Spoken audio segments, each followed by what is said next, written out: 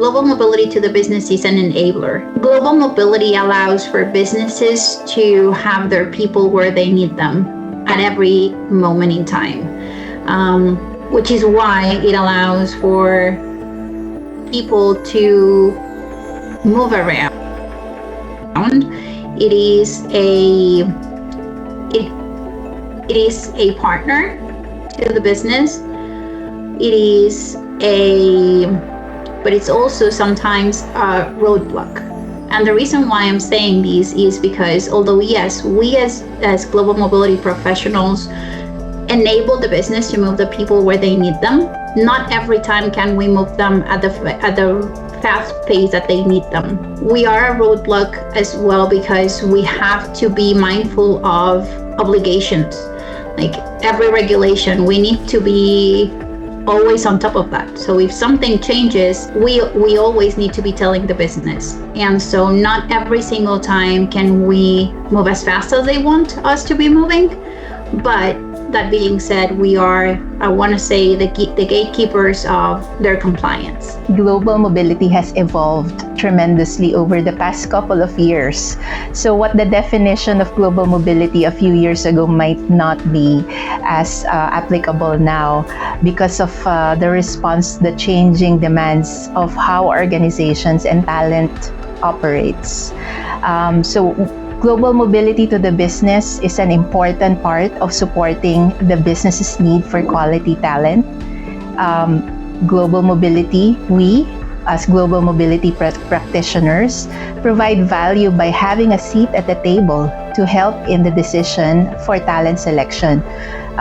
It's very important for global mobility to have that relationship with the business, to tell them who is the right talent for the business, that we can land quickly and support as he performs successfully throughout the assignment. As a good employer, obviously, companies would like to provide and facilitate job opportunities to people from various levels, also junior professionals.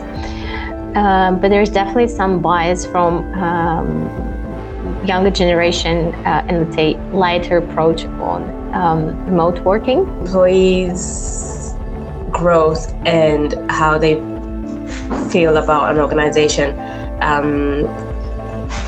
especially now with the younger generation,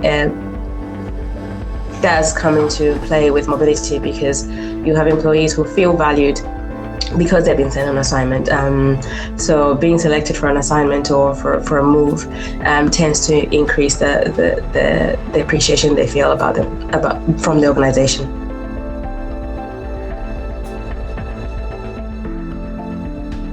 The business sometimes of course are very focused on commercial requirements, and that means that they want to get solutions for their clients, their customers in place as quickly as possible. What we can do as a GMS team is help them identify costs and constraints, especially around compliance, ahead of time.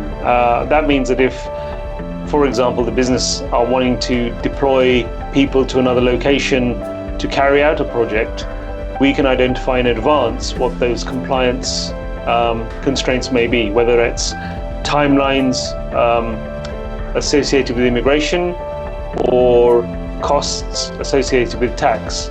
And then beyond that, of course, there's the actual management of compliance when those individuals are actually moved, or when those people actually do move.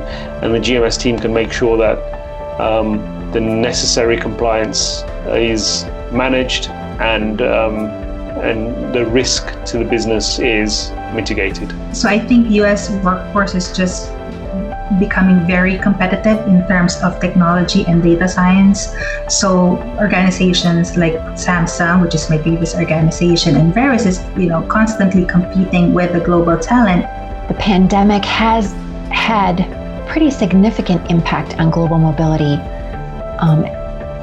From what I can tell, it has raised awareness of the global nature of organizations and how everything is so interconnected.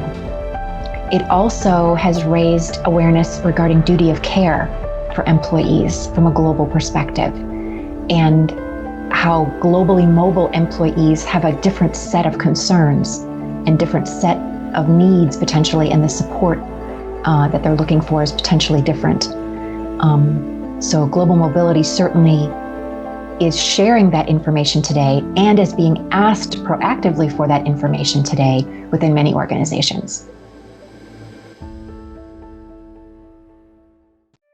I think we will have to educate the folks on the risk, have a process to analyze the risk, and determine what we will do when we weigh it against the company's appetite for risk. The virtual assignment, I think the biggest challenge for us always remained the tax elements and eventually the PE risk, the permanent establishment risk from a corporate tax perspective. From a contractual type of perspective, employees still remain employed in the home country. They are part of the country that they are actually employed. So any regulation rules actually they don't change, as opposed to where people, if people were in the local roles. However, the PE risk, the revenue they create while being in their home country, eventually when it's cross-charged to their host country operation, I think that's probably the biggest challenge that I see. It's the PE risk as part of the virtual assignment. Of course, we can support, and we should support, if a line manager or a project manager comes to me and gives me 3 names and tells me I want to pick one of those being assigned for my next project in Dubai.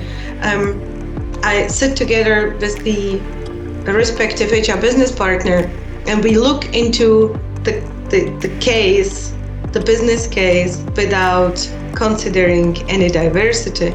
Because from my perspective, this is what it should be. If a line manager or a project manager or a managing director of a subsidiary is telling me, hey, I need someone in Turkey and it has to be a man, then I start question why this is the case. But on the other hand, I need to consider the cultural situation, the cultural mindset of the population in the host country. There is, from my perspective and my personal opinion is, there is no clear answer on that question. Yes, we can and we should, as a global mobility professionals, support decision-making of business when it comes about assignments, but it needs to be looked into it really from case to case.